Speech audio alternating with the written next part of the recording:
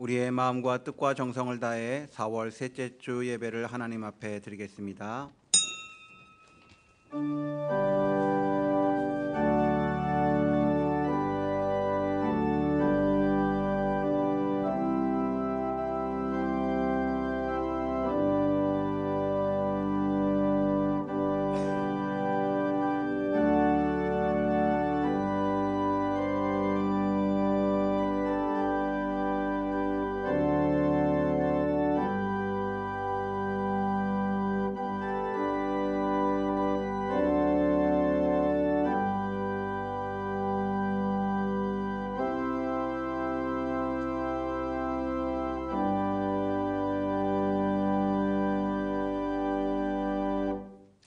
내가 죽지 않고 살아서 여호와께서 하시는 일을 선포하리로다. 여호와께서 나를 심히 경책하셨어도 죽음에는 넘기지 아니하셨도다. 내게 의의 문들을 열지어다. 내가 그리로 들어가서 여호와께 감사하리로다. 영원 무궁토록 영광을 받으실 주님, 부활의 감격 속에서 지난 한 주간을 보내게 하시고 오늘 거룩한 주일에 다시 한번 저희들을 성전으로 불러주시니 감사합니다. 죽음을 이기시고 부활하신 주님, 친히 이곳에 오셔서 저희들이 드리는 예배를 받아 주옵소서. 부활하신 후에 제자들을 만나 주시고 의심하는 도마에게도 보이셨듯이 오늘 이곳에 오셔서 우리 모두에게도 부활하신 주님의 귀한 모습을 보여 주옵소서. 예배하는 이 시간 부활의 주님을 배울 때에 우리 안에 걱정과 근심과 의심이 사라지게 하여 주옵소서. 예수님의 이름으로 기원하옵나이다. 아멘.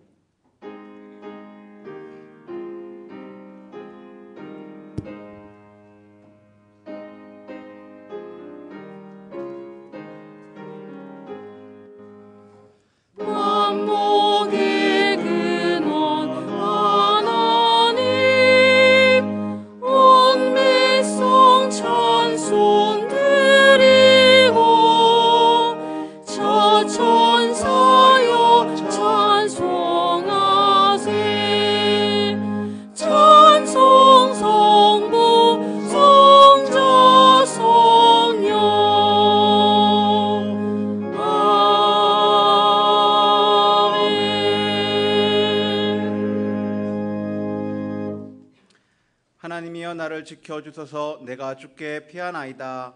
내가 여호와께 아뢰되 주는 나의 주님이시오니 주밖에는 나의 볼게 없다 하였나이다. 땅에 있는 성도들은 존귀한 자들이니 나의 모든 즐거움이 그들에게 있도다. 다른 신에게 예물을 드리는 자는 괴로움에 더할 것이라. 나는 그들이 드리는 피의 전제를 드리지 아니하며 내 입술로 그 이름도 부르지 아니하리로다. 나를 훈계하신 여호와를 송축할지라. 밤마다 내 양심이 나를 교훈하도다. 내가 여호와를 항상 내 앞에 보시며 그가 나의 오른쪽에 계심으로 내가 흔들리지 아니하리로다. 이러므로 나의 마음이 기쁘고 나의 영도 즐거워하며 내 육체도 안전히 살리니. 이는 주께서 내 영혼을 수월에 버리지 아니하시며 주의 거룩한 자를 멸망시키지 않으실 것임이니이다. 주께서 생명의 길을 내게 보이시리니 주의 앞에는 충만한 기쁨이 있고 주의 오른쪽에는 영원한 즐거움이 있나이다. 나는 전능하신 아버지 하나님 천지의 창조주를 믿습니다. 나는 그의 유일하신 아들 우리 주 예수 그리스도를 믿습니다. 그는 성령으로 잉태되어 동정녀 마리아에게서 나시고 본디오 빌라도에게 고난을 받아 십자가에 못 박혀 죽으시고 장사된 지 사흘 만에 죽은 자 가운데서 다시 살아나셨으며 하늘에 오르시어 전능하신 아버지 하나님 우편에 앉아 계시다가 거기로부터 살아있는 자와 죽은 자를 심판하러 오십니다. 나는 성령을 믿으며 거룩한 공교회와 성도의 교제와 죄를 용서받는 것과 몸의 부활과 영생을 믿습니다. 아멘.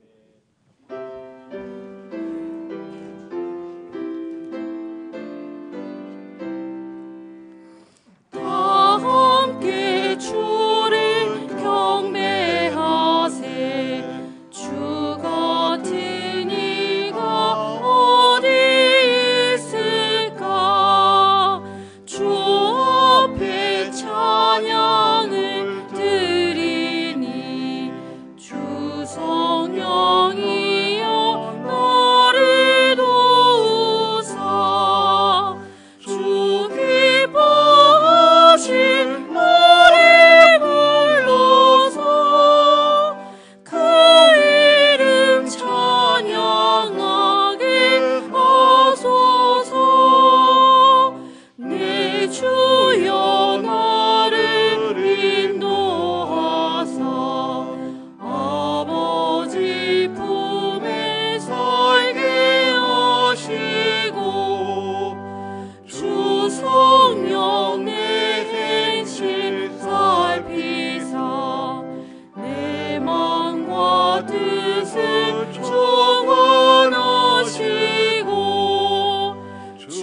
성령 내 맘 열어주시사 참 평화 간직하게 하소서. 그 성령 나를 감화하사 새 노래 나의 맘에 솟으니 참되고 간절한 기도로 다 주께 영광 돌려보내고 주 성령 내 맘 열어주시사 내 주를 찬양하게 하소서. 말할 수 없는 탄식으로 날 위해 친히 간구하시는 주 성령 날 항상 돕나니 이 천한 몸은 주의 것이며 주님의 계엄의 자임을 나 밝히 알게 하여 주소서.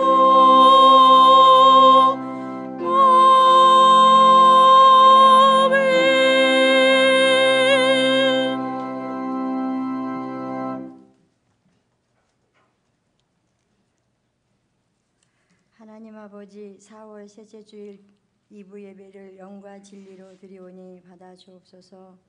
우리의 허물을, 우리의 죄악을 예수 그리스도의 피로써 속죄받게 하심을 감사드립니다.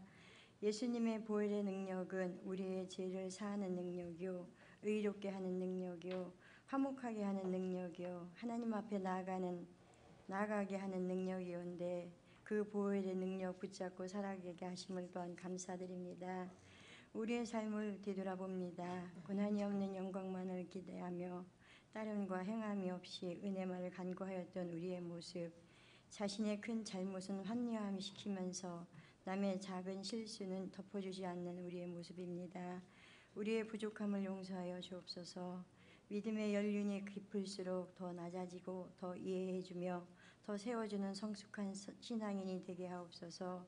죽음에서 부활하신 예수님처럼 도망치던 예수님의 제자들이 다시 처음으로 돌아가 제자로서의 삶을 살았던 것처럼 코로나 바이러스로 인해 침체되었던 우리의 신앙도 다시 회복되는 은혜가 있게 하옵소서. 성도교회가 함께 하시는 하나님, 코로나 바이러스로 인해 그동안 영상 예배로 드리던 예배가 조심스럽게 남아 함께 모여 예배드리게 하심을 감사드립니다. 속히 이 사태가 종식되게 하사 예배와 선교, 봉사와 섬김이 회복되게 하옵소서. 모든 교회 활동들이 회복되어 창립 50주년을 맞은 우리 교회가 하나님께 더 큰 영광을 돌리게 하시고 우리 교회에 주신 비전과 소망이 하나하나 이루어지게 하시며 구성원 각자가 최선을 다하는 공동체 되게 하옵소서. 담임 목사님과 동역하시는 교육자 위에 능력과 은혜로 함께 하옵소서. 빈예리교회와 도척 성도교회, 국내 미자리 교회들이 부흥되게 하시고 세계 모든 선교지회에 함께 하옵소서. 새로 선출된 국회의원들이 국가와 국민을 위한 정치를 잘 하게 하시고 국가의 경제가 회복되어 일자리가 많이 생겨나게 하옵소서. 특별히 코로나 바이러스로 인해 힘들어하는 모든 나라, 모든 백성들을 위로해 주시고 불철주야에 쓰는 방역당국 위에도 함께 하옵소서. 이 시간 말씀 전하시는 목사님 권능으로 함께 하사 메말랐던 재질을 적시는 봄비처럼 선포되는 말씀이 우리의 심령을 적시어 매일매일 부활 신앙의 삶이 되게 하옵소서. 부활 소망 되시는 예수 그리스도의 이름으로 감사하며 기도드립니다. 아멘.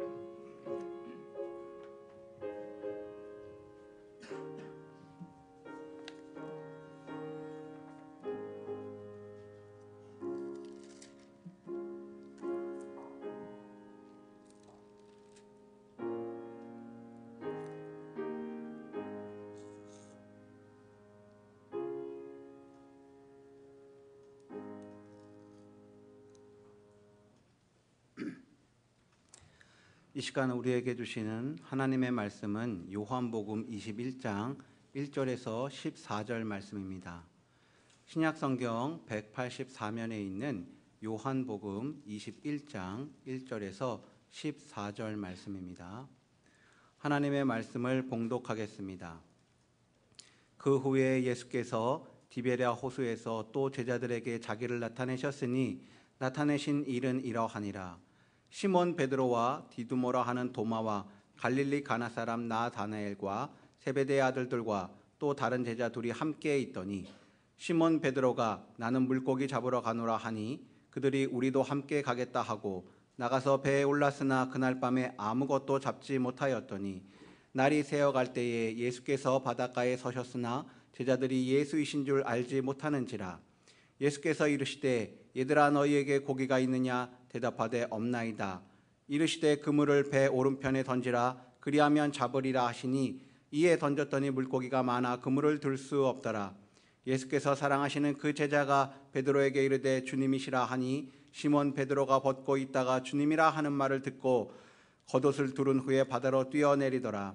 다른 제자들은 육지에서 거리가 불과 한 50칸쯤 되므로 작은 배를 타고 물고기 든 그물을 끌고 와서 육지에 올라보니 숯불이 있는데 그 위에 생선이 놓였고 떡도 있더라. 예수께서 이르시되 지금 잡은 생선을 좀 가져오라 하시니 시몬 베드로가 올라가서 그물을 육지에 끌어올리니 가득히 찬 물고기가 153마리라. 이같이 많으나 그물이 찢어지지 아니하였더라. 예수께서 이르시되 와서 조반을 먹으라 하시니 제자들이 주님이신 줄 아는 고로 당신이 누구냐 감히 묻는 자가 없더라.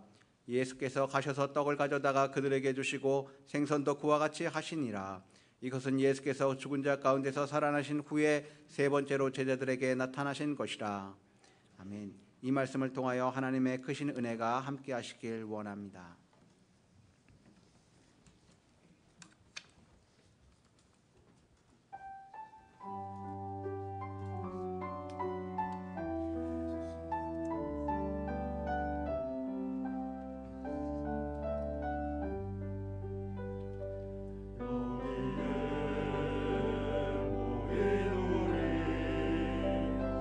주의 은총 받은 자여라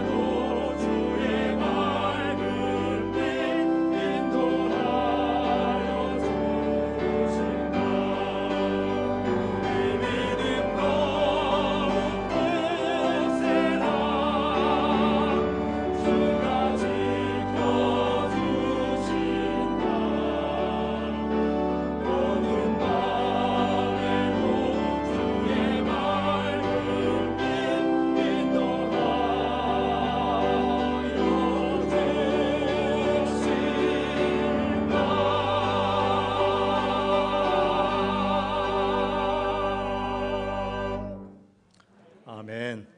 아멘. 감사합니다. 할렐루야. 좀 옆에 뒤에 분 한번 쳐다보시죠. 눈으로 좀 인사하십시오. 반갑습니다. 참 잘 오셨습니다. 우리 주님 부활하신 것 기념하는 부활주일 보내고 한 주간 보냈습니다. 어떻게 보내셨습니까? 부활신앙으로 승리하셨나요? 지난주에 설교를 통해 더 이상 텅 빈 무덤에서 향유 들고 예수님의 시신 찾는 대신 예수님께서 하셨던 말씀이 무엇인지 기억하자고 말씀을 드렸습니다. 이렇게 주님 말씀 기억하고 삶에 적용하는 사람에게는 근심 대신 평안이, 슬픔 대신 기쁨이, 절망 대신 소망이 넘칠 것이라고 했는데 이것을 체험하며 사시기를 바랍니다. 여러분, 진짜 신앙이란 나 자신, 자기 자신을 신뢰하지 않고 자기 자아에 대해 죽는 거예요. 참으로 놀랍게도 기독교 신앙의 핵심은 죽는 거예요. 아니, 죽어서 다시 사는 것입니다. 내가 죽어서 그리스도가 사는 것이 기독교 신앙의 핵심입니다. 다시 말하면 날마다 자기를 부인하고 자기 십자가를 지고 주님을 따르는 것입니다. 여기에 생명이 있고 여기에 능력이 있고 여기에 하나님의 역사가 있습니다. 오늘 본문은 이것을 다시 한번 강조하면서 그리스도인들의 주님을 향한 자세와 태도를 교훈하는 말씀입니다. 요한복음 전체를 놓고 보면 1장에서 오늘 본문 앞에 나오는 20장까지 주로 예루살렘이 그 중심에 있다면 오늘 본문인 21장의 배경은 갈릴리 바닷가입니다. 더 이상 예루살렘이 아니라 갈릴리 바닷가예요. 오늘 본문 1절 말씀을 우리 모두 한번 읽어볼까요? 시작. 그 후에 예수께서 디베랴 호수에서 또 제자들에게 자기를 나타내셨으니 나타내신 일은 이러하니라. 여기에 어디가 나오죠? 디베랴 호수가 나오는데 바로 갈릴리 바다, 갈릴리 호수의 다른 이름이에요.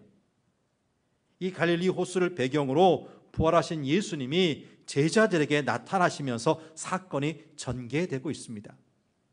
베드로를 비롯한 7명의 제자들이 밤새 수고하였으나 고기 한 마리 잡지 못하고 날이 셀 무렵 예수님의 말씀대로 배 오른편에 그물을 던짐으로 153마리의 고기를 잡은 사건이 나오고요. 이어 예수님과 제자들이 아침 식사를 하는 장면에 이어서 그 유명한 예수님과 베드로의 내가 나를 사랑하느냐 의미심장한 대화가 소개되는 거죠. 우린 여기서 부활하신 예수님께서 왜 베드로를 중심으로 사건을 진행시키셨는지를 이해해야 합니다.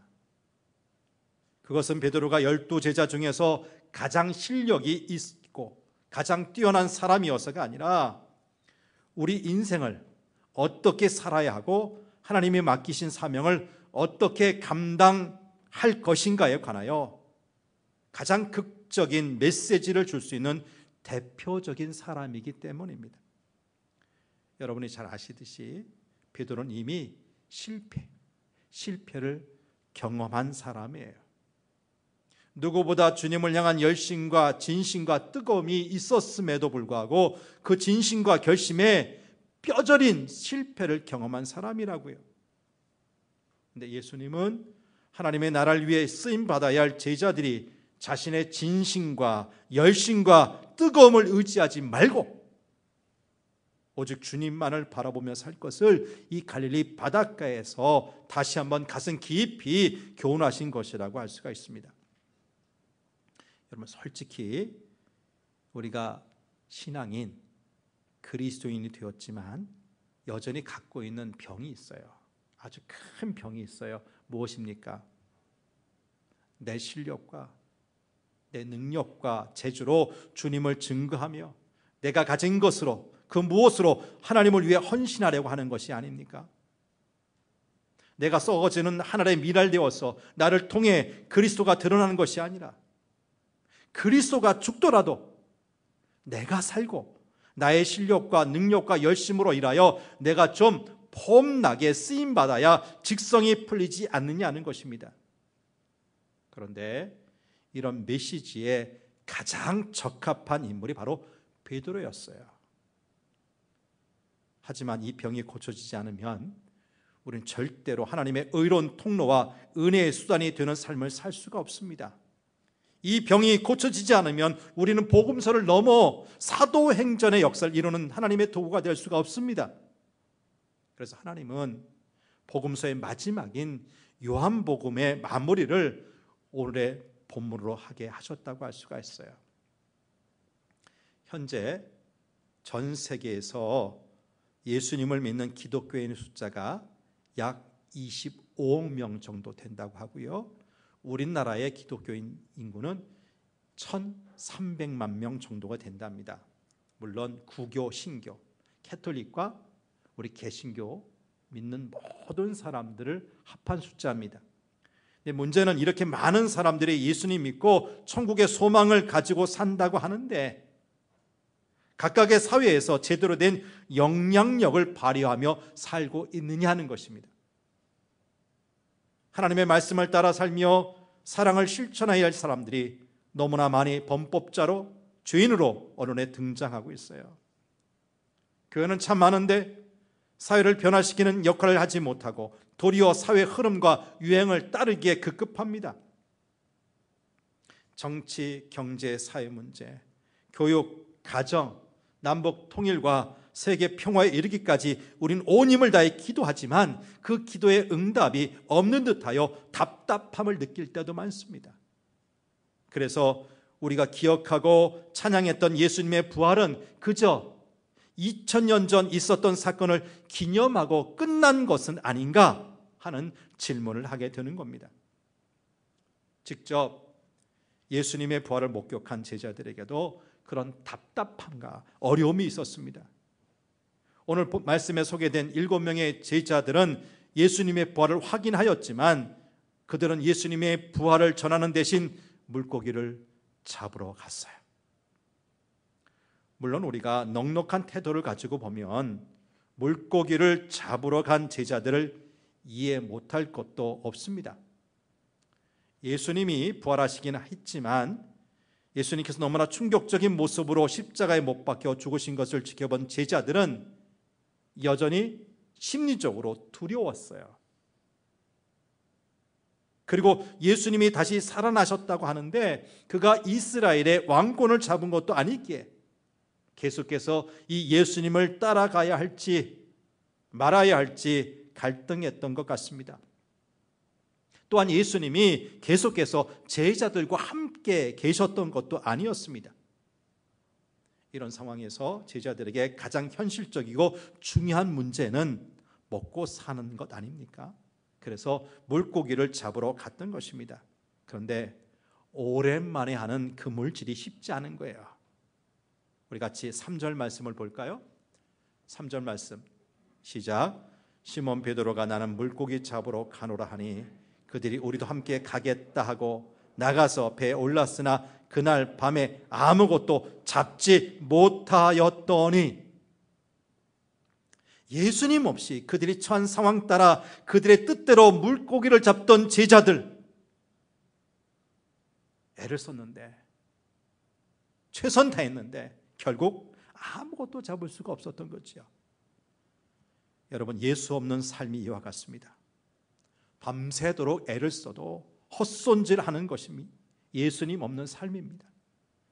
부활하신 예수님을 만났지만 예수님과 동행하지 않는 그들의 삶의 현장엔 아무런 변화도 감동도 영향력도 없는 거예요. 그들의 신앙은 예수님의 부활을 확인하고도 그런가 보다 하는 정도의 죽은 신앙이었던 거지요. 그래서 부활하신 주님 분명히 만났는데 오래전 자신들의 일터로 돌아갔고 그 결과도 없었던 것입니다.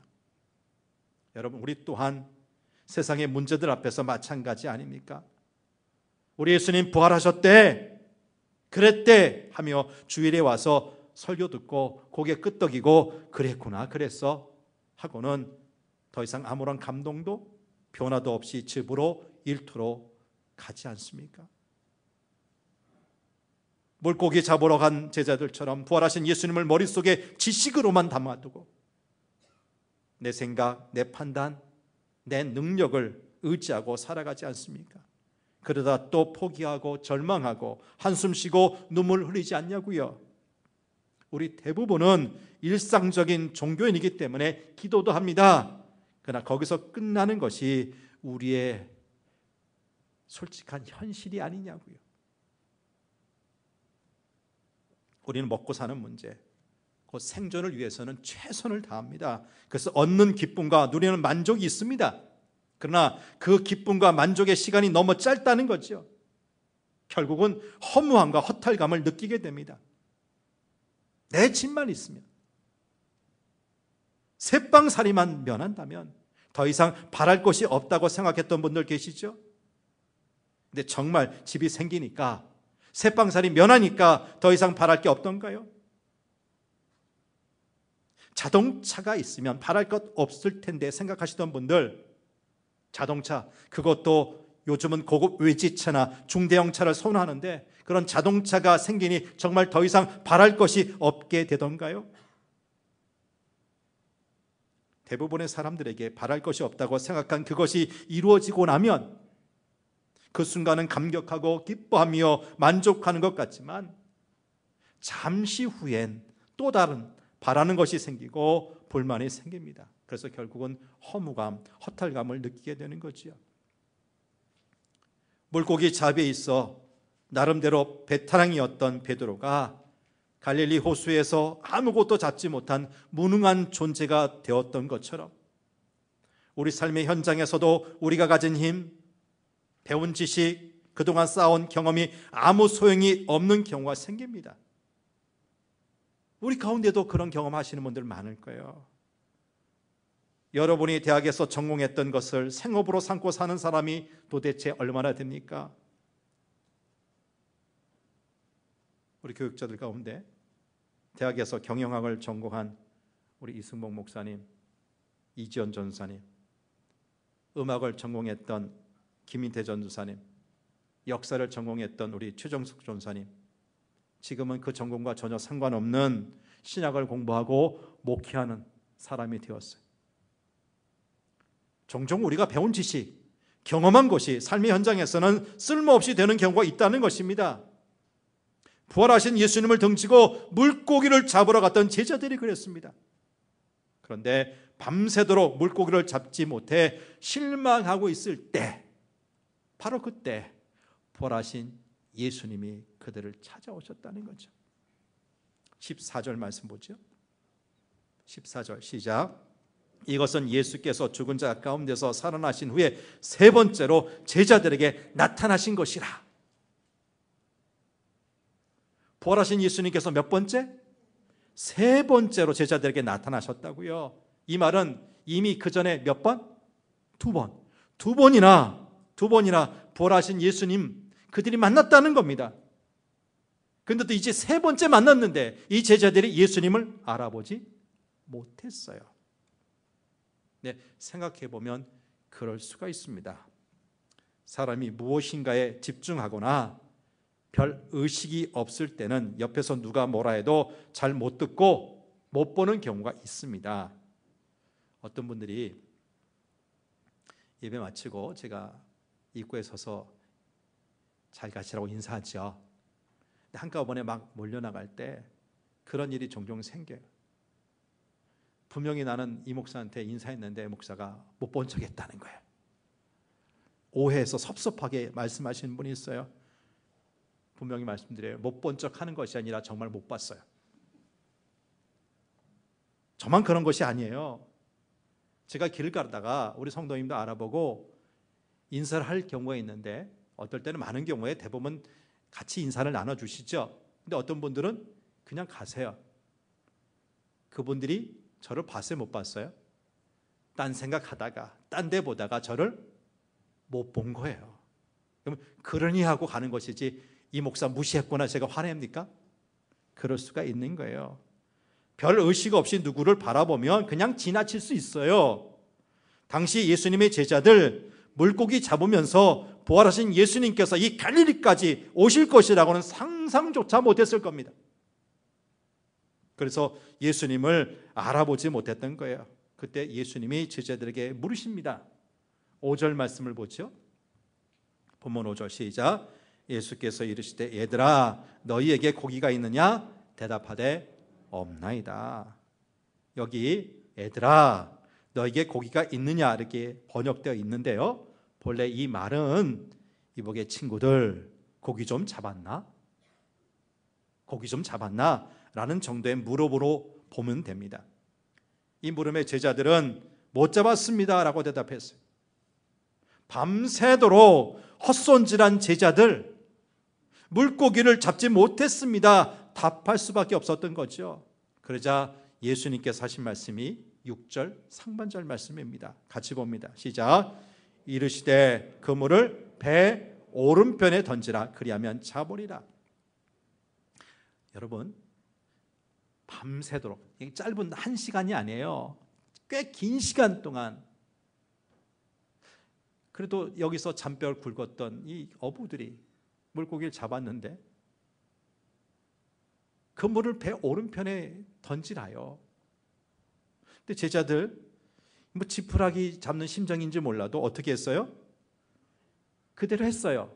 예수님이신 줄 모르고 말씀하신 분이 그분인 줄도 모르고 그냥 그 말씀 따라서 그물을 내렸어요. 그 결과가 6절 하반절에 6절 하반절 이에 던졌더니 물고기가 많아 그물을 들 수 없더라. 기가 막힌 일이 벌어진 거죠. 지금까지는 단 한 마리를 못 잡았는데 이제는 그물을 들 수가 없을 정도로 잡았대요. 보다 구체적인 결과가 11절에 나옵니다. 11절 시작. 시몬 베드로가 올라가서 그물을 육지에 끌어올리니 가득히 찬 큰 물고기가 153마리라 이같이 많으나 그물이 찢어지지 아니하였더라.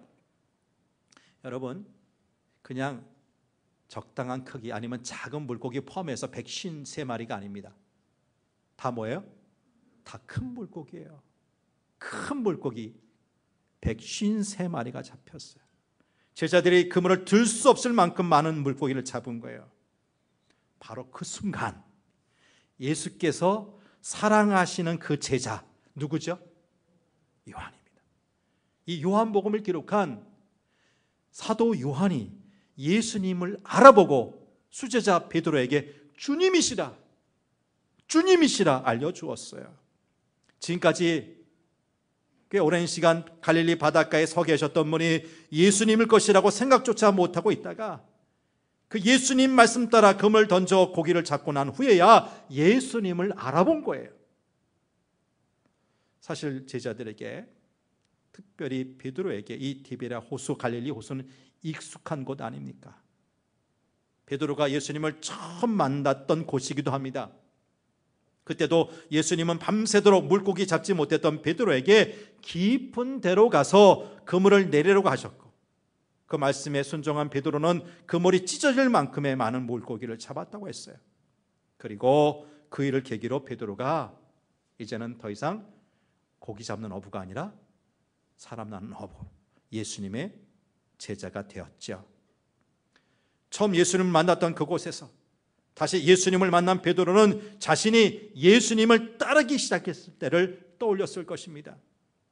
처음 예수님을 향했던 열정 다시 한번 느꼈을 것입니다. 그렇기 때문에 본문 7절 하반절 말씀 보면 다른 제자들과 달리 베드로는 바다로 뛰어내려 예수님께 갔다고 했어요. 이 시간 우리도 베드로처럼 예수님을 처음 만났을 때, 처음 믿었을 때, 처음 세례받았을 때, 처음 직분받았을 때, 처음 집사, 권사, 장로, 전도사, 목사가 되었을 때를 가졌던 그 첫 마음, 그 첫사랑, 첫 열정을 회복하는 시간 되시길 바랍니다. 베드로처럼 바닥 같은 곳이라도 뛰어들어가 우리 주님 만나야겠다는 간절함과 기쁨을 다시 회복하자는 말씀입니다. 그래서 이 제자들처럼 예수님 없이는 아무것도 할 수 없는 밤을 보냈지만 예수님과 함께라면 그물을 들 수 없을 만큼 풍요로운 아침을 맞을 수 있음을 믿으시길 바랍니다. 예수님은 빈 그물 들고 낙심해 있던 제자들을 그냥 버려두지 않으셨어요. 왜냐하면 그들을 너무 사랑하셨기에. 여러분, 요한복음 14장 18절에서 예수님이 이렇게 말씀하시더라고요. 내가 너희를 고아와 같이 버려두지 아니하고 너희에게로 오리라.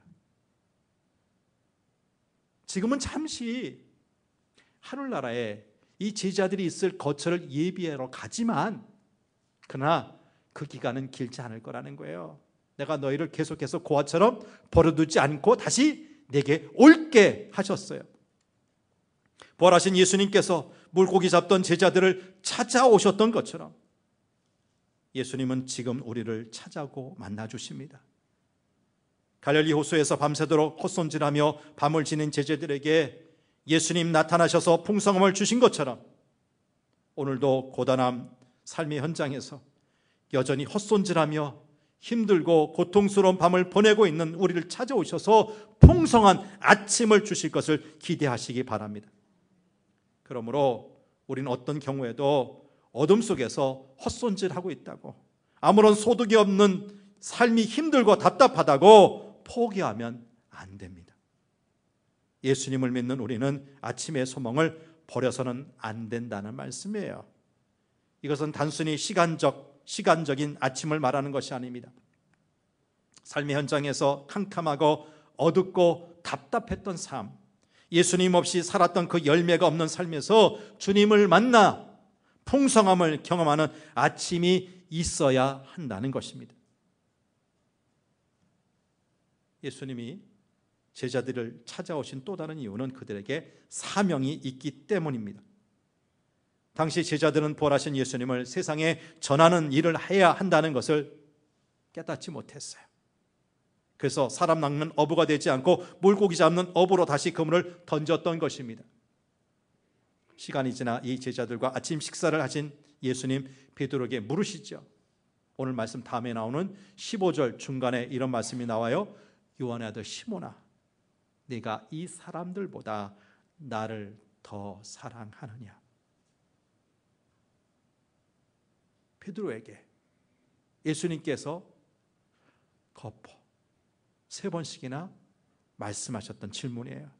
그렇다, 내가 주님을 사랑합니다. 사랑을 고백하는 베드로에게 예수님께서 뭐라고 말씀하십니까? 내 어린 양을 먹이라. 내 양을 치라. 사람 낚는 어부가 되라고 다시 사명을 주신 것입니다. 원래 그들을 부르신 이유가 사람 낚는 어부가 되게 하는 것이었는데 그 부르심이 합당한 열매를 맺지 못하고 물고기 잡는 어부로 돌아간 그 제자들 다시 부르셔서 내 양을 먹이라고 말씀하신 거지요. 여러분, 우린 부활하신 예수님 믿고 천국 소망, 영생의 소망으로 사는 사람들이 되었습니다. 그런 우리에게는 사명이 있죠. 곧 예수님을 모르고 천국의 소망 없이 사는 사람들에게 주님의 복음을 전하는 것입니다. 몸과 마음의 연약함 때문에 고통받는 사람을 위로하는 것입니다. 주님의 부활을 만난 사람들은 가난으로 상처받은 사람, 차별로 아픔을 당하는 사람, 믿음 없고 소망 없이 일터와 가정에서 추락하는 영혼들, 사랑받지 못하여 눈물을 흘리는 사람들을 주님께로 안내하고 위로하고 돌봐야 한다는 거예요. 이것이 예수님을 따르는 우리가 해야 할 일들일 것입니다. 저는 평소 새벽 기도 때 기도하는 시간 가지면서 이런저런 기도를 하는데 항상 제 가족, 저희 식구들보다 제일 먼저는 우리 교회, 우리 성도님들, 나라, 그리고 급박한 여러 가지 벌어지는 상황, 지금 같으면 뭐 코로나 사태 아니면 뭐 총선 이런 거 기도하고 마지막에 우리 식구를 위해서 기도합니다. 우리 장로님들, 우리 성도님들의 얼굴만 봐도 은혜가 되게 해달라고, 손 한번 잡아도 감동이 되는 삶을 살게 해달라고 기도합니다. 여러분, 예수 향기 풍기는 삶이 되고 힘들고 고단한 사람들이 따뜻함을 느낄 수 있는 믿음의 사람으로 살게 해달라는 마음으로 기도합니다. 이처럼 우리가 사명을 감당한다는 것, 얼굴만 봐도 은혜가 되고 손만 잡아도 감동이 되는 삶은 결코 쉬운 일이 아닙니다. 어떤 때는 이것이 내 길이 아닐 것 같을 때가 있어요. 때로는 따돌림 당하고 핍박받고 한숨 나오고 눈물 나는 어려운 상황에 처할 때도 있어요. 그래도 우리는 이렇게 살아야 할 것이고 이 길을 가야만 합니다. 왜냐하면 우리는 구원받은 사람, 곧 천국 시민권을 가진 사람이 되었기 때문입니다. 그래서 우리는 끝까지 이 길을 가야 한다는 거예요. 여러분, 큰 소리로 한번 따라해 주시죠. 얼굴만 봐도 은혜가 되게 하옵소서. 손만 잡아도 감동되게 하옵소서. 그런 삶을 사시길 바랍니다. 우리는 이스라엘 사람들이 우리와 꽤 가까운 사이고요, 그들이 예수님 믿는 우리를 좋아하는 줄로 착각해요. 여러분, 때로 그 이스라엘과 사우디아라비아나 쿠웨이트와 축구 경기, 스포츠 경기를 할 때 혹시 어느 편에 서서 응원하시면 여러분 어느 편에 서세요? 나는 사우디아라비아 응원한다. 이스라엘 대신에 나는 쿠웨이트 응원한다. 손 들어보세요. 어디 응원하세요? 왜요? 괜히 우리는 이스라엘 편 같아. 그들이 우리를 좋아할 것 같다고요. 근데 사실 이스라엘 사람들은 기독교인들을 싫어합니다. 제가 목사라는 신분을 밝혀도 좋아하지 않아요. 왜냐하면 유대인들은 예수님을 메시아로, 구세주로 인정하지 않기 때문입니다. 그래서 그들은 예수님을 구주로 믿는 기독교인들을 싫어하는 거예요. 심지어 이스라엘은 같은 그 땅, 이스라엘 땅에 살고 있는 동족 가운데 기독교인들, 유대 중에서도 주이시 크리스찬들이 있거든요. 유대 크리스찬들이 있는데 미워해요. 유대교를 배반했다고 하고 예수 믿는 사람들을 미워하는 거예요. 그들은 예수님을 모르는 게 아니라 예수님 잘 알아요. 예수님이 어떤 분인지 잘 알아요. 그러나 메시아로는 인정하지 않는 거예요. 예수님을 하나님의 아들로 메시아로 인정하지 않는 것은 지금도 세계 곳곳에서 끊임없이 갈등을 일으키고 있는 이슬람 교도들도 마찬가지입니다. 예수님을 메시아로 믿느냐 아니냐에 따라 지금도 대립하고 있는 거예요. 그래서 오직 예수님이 아니라면 어떻게 될까? 오직 예수님이 아니라면 어떻게 될까? 이런 생각을 해봐요. 예수님은 빠진다면 괜히 유대인과 우리 사이에, 기독교인 사이에 갈등이 없을 것이고 이슬람 교도들과도 크게 분쟁이 없을 것 같은데 그런 생각을 해보는 거예요. 본래 예수님은 이 땅에 화평케 하는 자로 오셨다고 했는데 혹시 불화 덩어리로 전락한 것은 아닌가 생각해 보는 거죠. 근데 여러분, 아무리 눈을 씻고 성경을 찾아봐도 말씀은 분명해요. 사도행전 4장 12절 말씀 같이 읽습니다. 시작. 다른 이로서는 구원을 받을 수 없나니 천하 사람 중에 구원을 받을 만한 다른 이름을 우리에게 주신 일이 없습니다. 예수라는 이름 외에 우리에게 구원을 받을 만한 다른 이름을 주셨다고요? 아니에요. 없다고요. 구원은 예수님의 이름으로, 예수님을 믿음으로 받는 것입니다. 예수님 없이는 우리가 밤새 수고하여도 헛손질하는 인생이 되는 거예요. 오직 구원의 길이신 예수님, 진리이신 예수님, 생명이신 예수님과 함께하는 아침이어야 소망이 있는 것입니다. 예수님 없는 인생이 높은 곳에 오르고 신문이나 매스컴에 이름이 나고 동상이 세워진다 해도 그것은 구원이나 영생과 무관한 것입니다. 예수님 없는 사랑은 잠시 즐거울 뿐 영혼과는 무관한 것입니다. 예수님 없는 믿음은 사람들끼리의 신뢰는 될지 모르지만 천국의 주인공이 되기는 못하는 것입니다. 여러분, 오늘의 본문은 예수님의 부활을 외면한 채 과거처럼 물고기 잡으러 갈릴리로 돌아간 제자들의 초라한 모습을 보여주려고 한 것이 아닐 겁니다.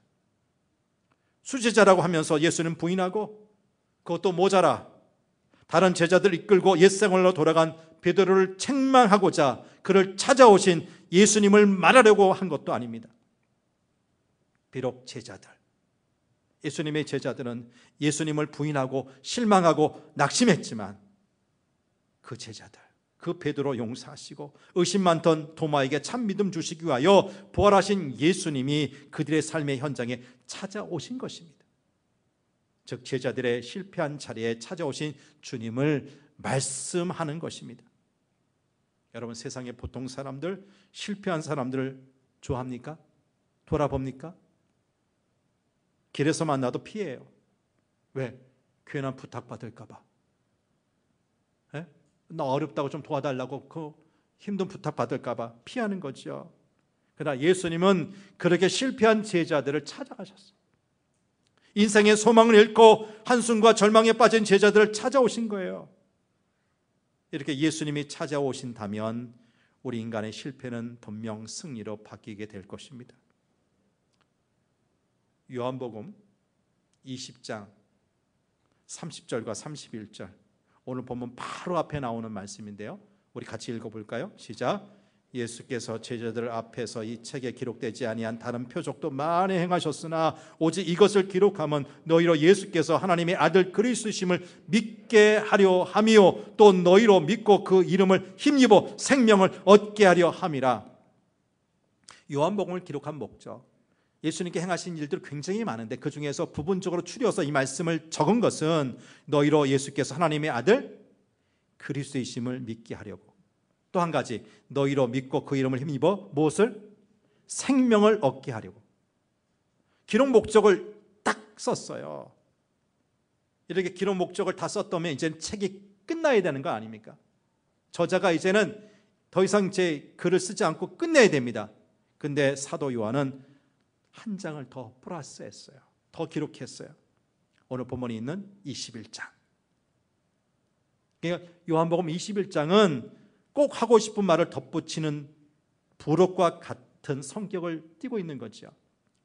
사도 요한은 예수님에 관한 모든 이야기를 끝냈지만 21장을 통해 간절한 마음으로 한두 가지 사실을 추가했습니다. 그 주제는 바로 제자들을 향하신 예수님의 사랑, 예수님의 격려라고 할 수가 있어요. 베드로를 사람 낚는 어부로 부르셨던 예수님께서 그 베드로가 다시 과거처럼 물고기 잡는 어부로 돌아간 그 순간 그를 찾아오셔서 사람 낚는 어부로 부르셨던 처음의 부르심을 확증시켜 주신 것입니다. 예수님을 모른다 3번이나 부인하고 부활하신 예수님을 증거해야 할 사명에 실패한 그 베드로를 찾아오셔서 그의 신앙과 삶을 회복해 하셨던 주님, 오늘 우리가 실패한 자리에도 찾아오십니다. 그리고 우리와 함께 하심으로 우리의 실패와 좌절을 회복하도록 도와주신다는 말씀입니다. 여러분, 예수님 없는 삶은 계속해서 헛손질한 제자들의 그 기나긴 밤과 같습니다. 그러나 예수님을 모신 삶은 그물을 들 수 없을 만큼 풍요로운 아침이 되는 것입니다. 그러므로 우리의 모든 삶이 주님과 동행하는 삶이 되었으면 좋겠습니다. 어디를 가든지 주님과 동행할 수 있기를 바랍니다. 아침에 눈을 뜨면 예수님의 이름으로 기도하고, 밥을 먹어도 예수님의 이름으로 기도하고, 핸들을 잡아도 예수님의 이름으로 기도하고, 큰 일을 하든지 작은 일을 하든지 예수님의 이름으로 기도하고, 하루를 마감하고 잠자리에 들 때도 예수님의 이름으로 기도하는 예수님과 동행하는 삶을 사시기를 바랍니다.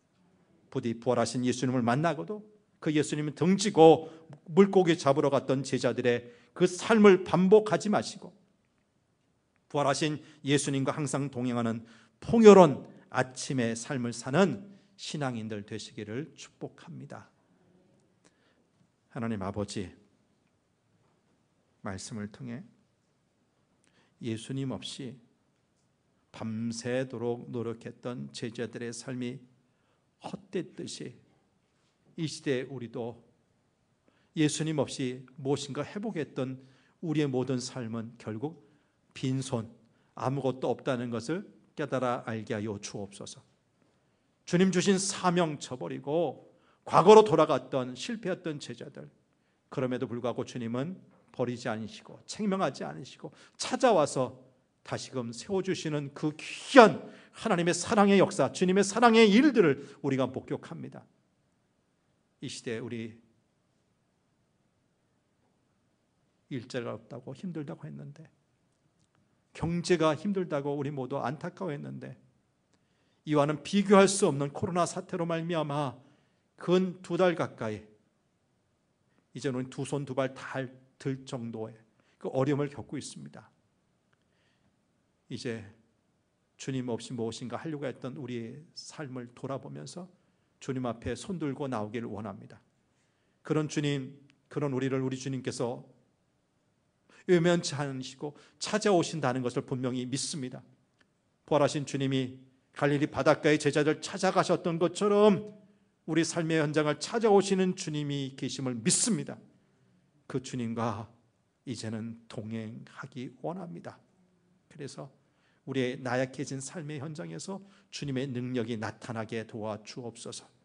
긴 어둠의 밤이 아닌 풍성한 아침이 우리에게 도래하게 하여 주옵소서. 우리의 힘의 근원이요 구원자 되시는 걸어가신 예수님 이름으로 기도하옵나이다. 아멘.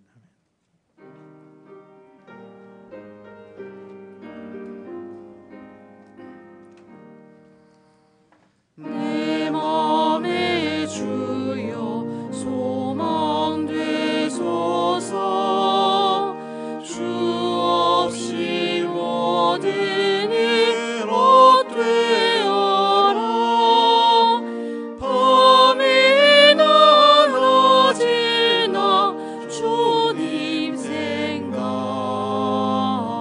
잘 때나 깰 때 함께 하소서. 지혜의 주여 말씀이로서 언제나 내 안에 계십소서. 주는 내 아버지 나는 아들, 주 안에 내가 늘 함께하네. 세상의 영광 난 보여도 언제나 주님이 나의 기요. 주님만 내 맘에 계시오니 영원한 주님 참 귀하셔라. 영원한 주님 내 승리의 주, 하늘의 기쁨을 주옵소서. 어떠한 고난이 닥쳐와도 만유의 주여 소망 되소서.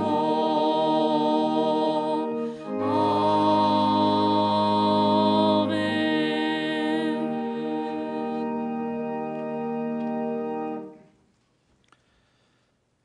하나님 아버지, 여전히 코로나19 사태가 종식되지 않은 가운데서 우리는 지난주에 우리 예수님 사망 권세에 이기시고 부활하신 부활주일을 지켰고, 오늘은 부활 후 첫 번째 주일을 지키고 있습니다. 주님, 예수님의 부활은 단지 우리가 기억하고 기념하는 것으로 끝내서는 안 될 정말 너무너무 위대한 사건임을 우리가 깨달아 알게 도와주셔서 이 부활을 이제 우리도 매 삶 속에서 경험하며 살게 하여 주옵소서. 나에 대해서는 죽게 하시고 예수에 대해서 살게 하여 주옵소서. 그리스도로 사는 역사가 날마다 우리 공동체 가운데 이루어지게 하여 주옵소서.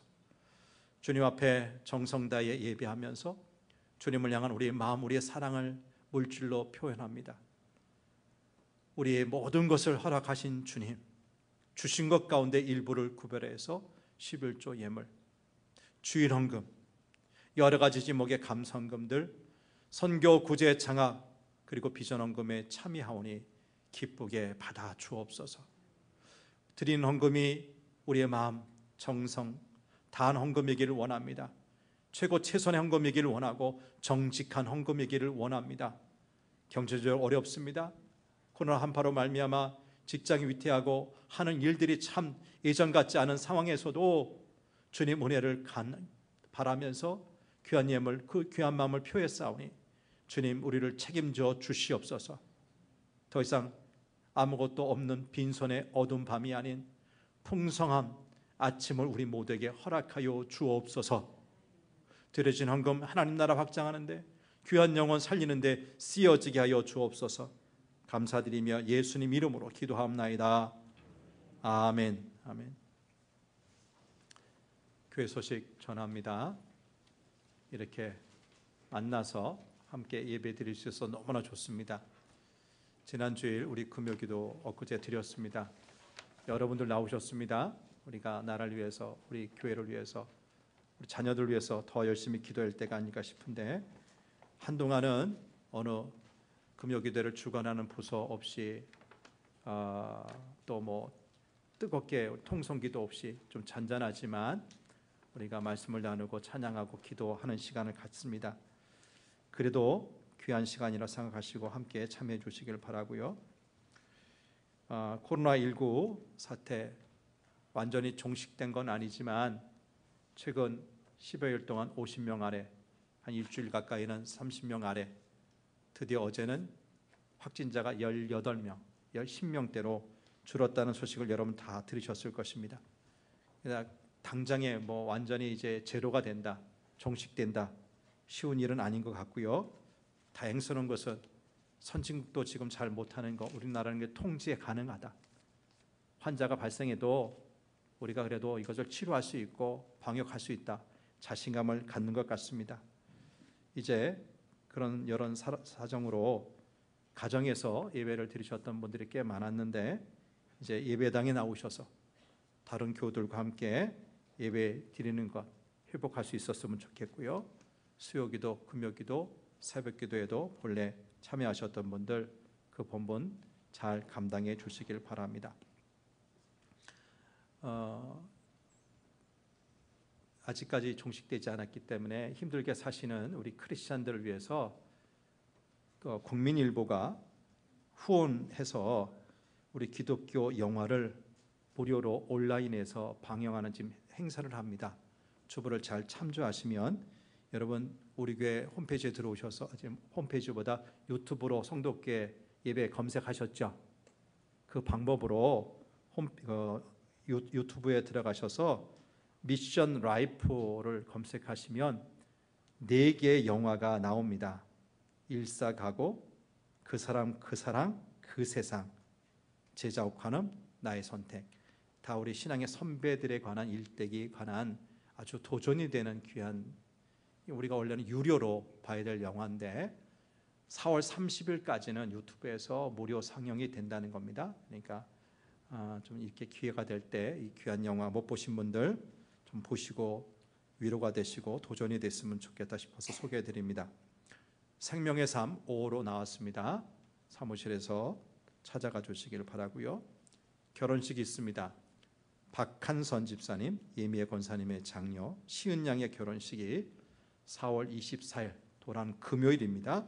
저녁 7시 소노 펠리체 웨딩 컨벤션, 삼성역에 있는 코엑스 건물이라고 듣고 있는데요. 거기서 있습니다.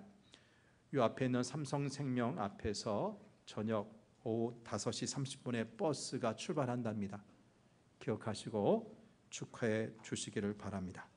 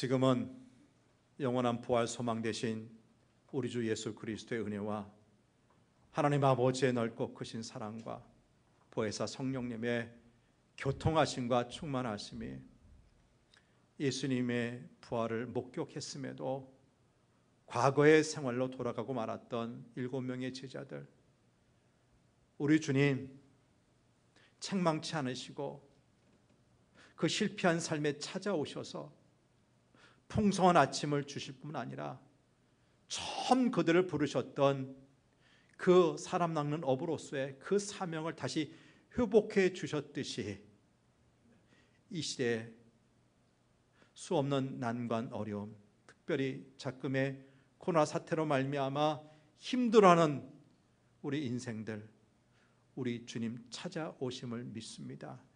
용기 주심을 믿습니다. 삶에 매몰되어서 주님 부르신 그 사명까지 잊어버리고 살았던 우리, 다시 사명 주심을 믿습니다. 이제는 그것을 기억하고 주의 자녀답게 승리하는 삶을 살기 소원합니다. 다짐하며 이 성전 나서는 모든 하나님의 사람들과 저들의 가정과 하시는 일터 위에 영원히 함께 하시기를 간절히 축원하옵나이다. 아멘.